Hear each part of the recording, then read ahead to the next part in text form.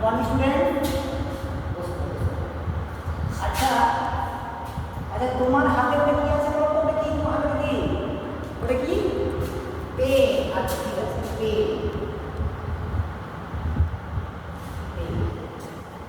হ্যাঁ, তুমি ওটা কি করেছো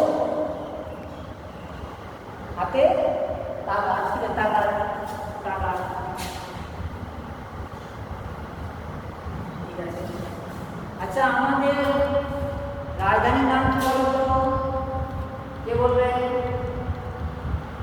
বাঁকুড়া। আর কি বলো? কি বলো? হ্যাঁ, কলকাতা।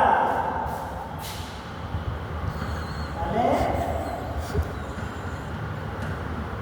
কলকাতা।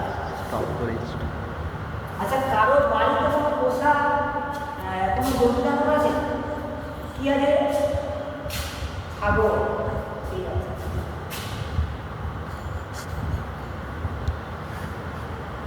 আচ্ছা, এগুলো কি বলতে পারবো তোমরা?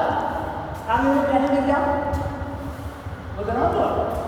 কারণ এগুলো কি, এগুলো সবই তো নাম, তাই তো? কিন্তু ওটা কি নাম, এগুলো কিসের নাম আমরা জানি না। তাই আমরা আজকে শিখবো কি? পদ শিখবো। কি শিখবো? ব্যাকরণের পদ। এবং আজকে যা শিখবো তা হচ্ছে, এগুলো কি সব বললাম? হ্যাঁ, নাম। তাহলে যে পদের দ্বারা, যে বাক্যের দ্বারা বস্তু, ব্যক্তি, স্থান, ভাব এবং গুণ বোঝায়, আমরা সেই সমস্ত বাক্যকেই বলবো পদ, তাই তো? তবে আজকে যেটা আমরা শিখবো সেটা হচ্ছে জাতিবাচক পদ। তোমরা ভেবে নিচ্ছ আজকে হচ্ছে জাতিবাচক।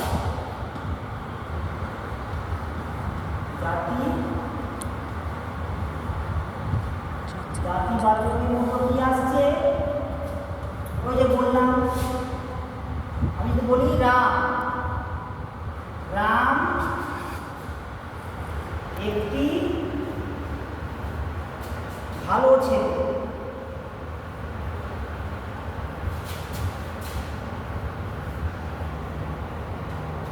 তাহলে এখানে জাতিবাচক কোনটি সে বলতে পারবে? মানে কে কাকে ভালো বলা হচ্ছে? হ্যাঁ, এই রাম, রামকে ভালো বলা হচ্ছে, তাই তো? তাহলে বলছি ভালোটা কি? ওই যে বলেছিলাম পদের সংজ্ঞাতে বলেছি তোমাদেরকে, ভালোটা কি? একদমই তাই। ভালোটা হচ্ছে, এটা হচ্ছে নাম, এটা হচ্ছে গুণ, তাই তো? আর ছেলেটা কি বলতো? ছেলেটা হচ্ছে সাধারণ নাম।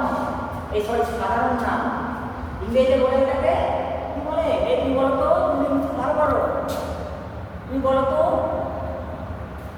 হ্যাঁ, এটা হচ্ছে কমন নাম, তাই তো? কমন নাম।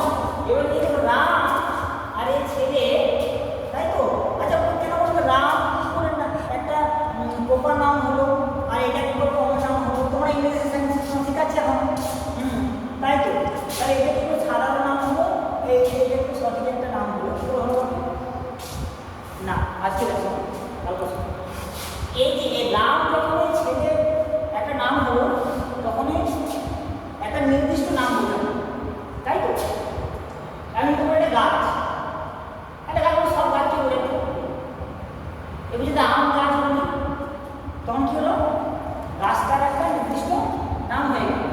তখন তাহলে কি হলো? এটা যে সাধারণ নাম এবং জাতিবাচক বস্তু যাই হয়ে যায়, সেটাতে একটা সম্পূর্ণ রূপ দিল, ঠিক আছে?